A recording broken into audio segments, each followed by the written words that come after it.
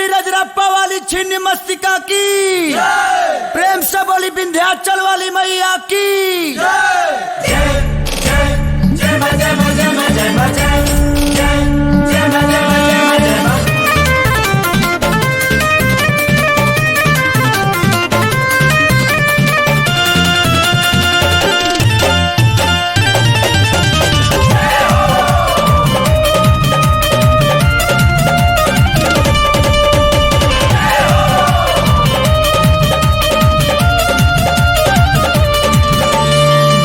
विंध्याचल छिन्न मस्तिका रजरप्पा मैहर में, मैहर में, मैहर में। वह धाम विंध्याचल छिन्न मस्तिका रजरप्पा मैहर में। जय जय गूंजाता घर घर में, शेरावाली के नगर में। जय जय गूंजाता घर घर में, शेरावाली के नगर में। जय माता दी सगर सुनाता सुबह शाम दोपहर में। हो जय जय गूंजाता घर घर में, शेरावाली के नगर में। जय जय गूंजाता घर घर में, शेरावाली के नगर में।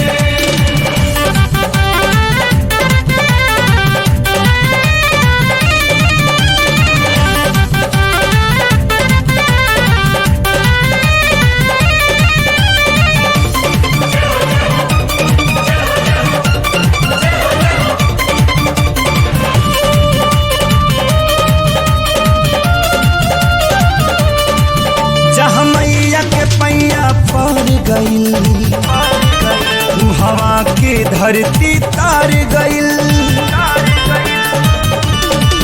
जहाँ मैया के पैया पर गइल, हवा के धरती तार गइल। आयरन देवी पाटन देवी नाम तारा चंडी पड़ गइल।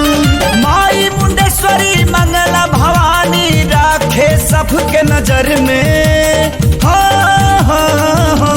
जय जय गूंजाता घर घर में, महथिन मैया के नगर में। जय जय गूंजाता घर घर में, शेरावाली के नगर में।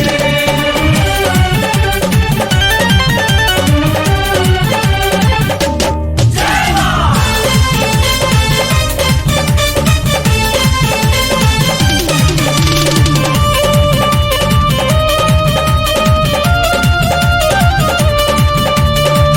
के ध्वजा उठैली माँ, भगता के शान बढ़ैली माँ। धर्म के ध्वजा उठैली माँ, भगता के शान बढ़ैली माँ। कम रूप कमखिया कलकत्ता यामी से थावे ऐली माँ। रहस भगत के लाज बचैली आके बीच भंवर में।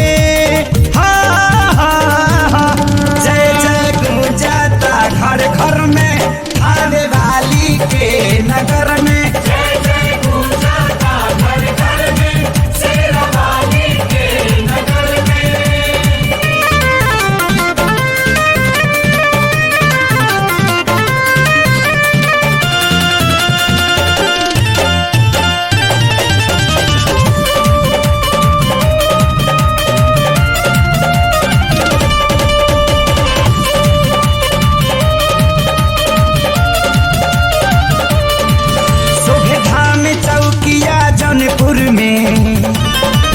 बड़ी शीतला भवानी अदलपुर में। शोभे धाम चौकिया जौनपुर में, बड़ी शीतला भवानी अदलपुर में। दर्शन से संकट कट जाला, सभी दुख दलीदर हट जाला। घुंघरू खेसारी पंकज के सुख मिले